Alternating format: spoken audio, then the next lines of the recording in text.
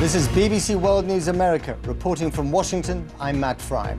An old grievance produces a very new crisis in relations between the US and a key ally.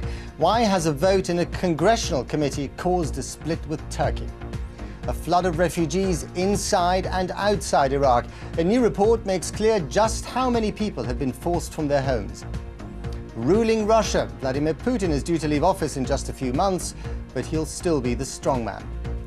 And Jimmy Carter's very candid comments on everyone from Russia's president to America's vice president. You don't mince your words on Dick Cheney, do you? Well, you know, he's been a disaster for our country.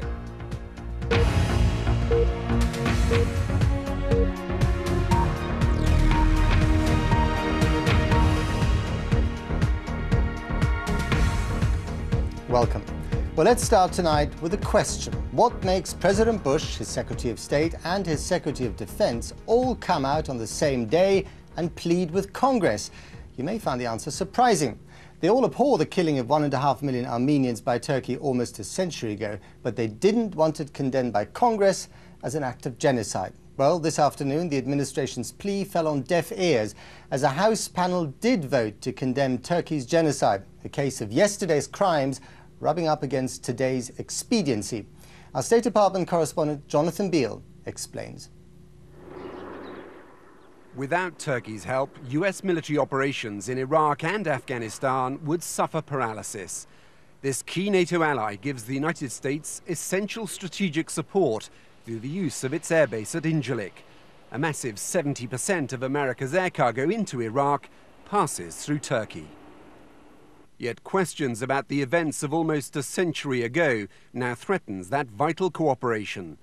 These are the images of the suffering that tens of thousands of Armenians endured under the Ottoman Empire. The US Congress now asking, was this genocide? A question that's infuriated Turkey and alarmed America's commander-in-chief. We all deeply regret the tragic suffering of the Armenian people that began in 1915. This resolution is not the right response to these historic mass killings, and its passage would do great harm to our relations with a key ally in NATO and in the global war on terror. With that warning, the House Foreign Affairs Committee gathered for this crucial vote on whether to label this genocide. The stakes were high, the risk of losing an ally. We cannot provide genocide denial as one of the perks of friendship with the United States.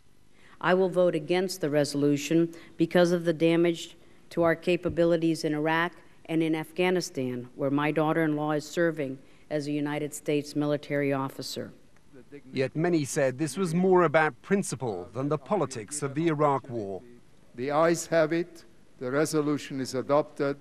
In the end, the result was close, with 27 voting in favor of the resolution and 21 against.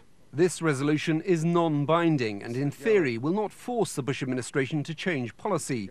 But in reality, it'll damage America's strategic partnership with Turkey, a relationship that's already under strain, with Turkey threatening to make military incursions into Iraq to attack Kurdish rebels. The White House has urged restraint, but the question now, will Turkey listen? Jonathan Beale, BBC News, Washington.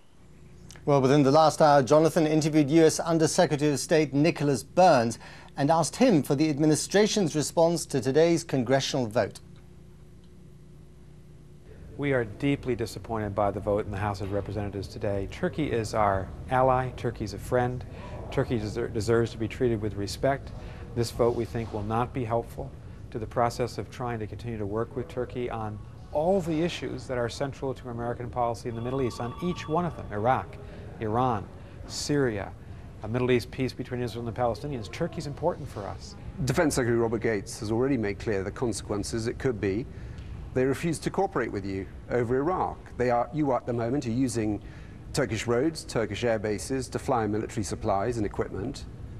Is that the real concern here? Well, I anticipate that the Turks are going to have a very sharp reaction in terms of what they say. And the Turkish government will, in effect, be expressing the opinion of the Turkish people.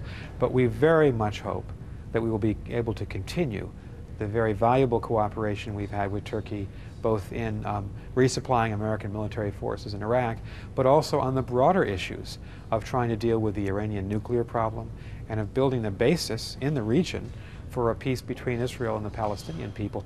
Those are vital concerns of the United States. We require Turkish support.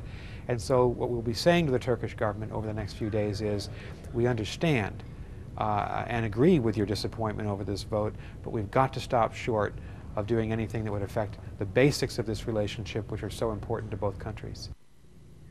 Jonathan Beale talking to Nicholas Burns at the State Department.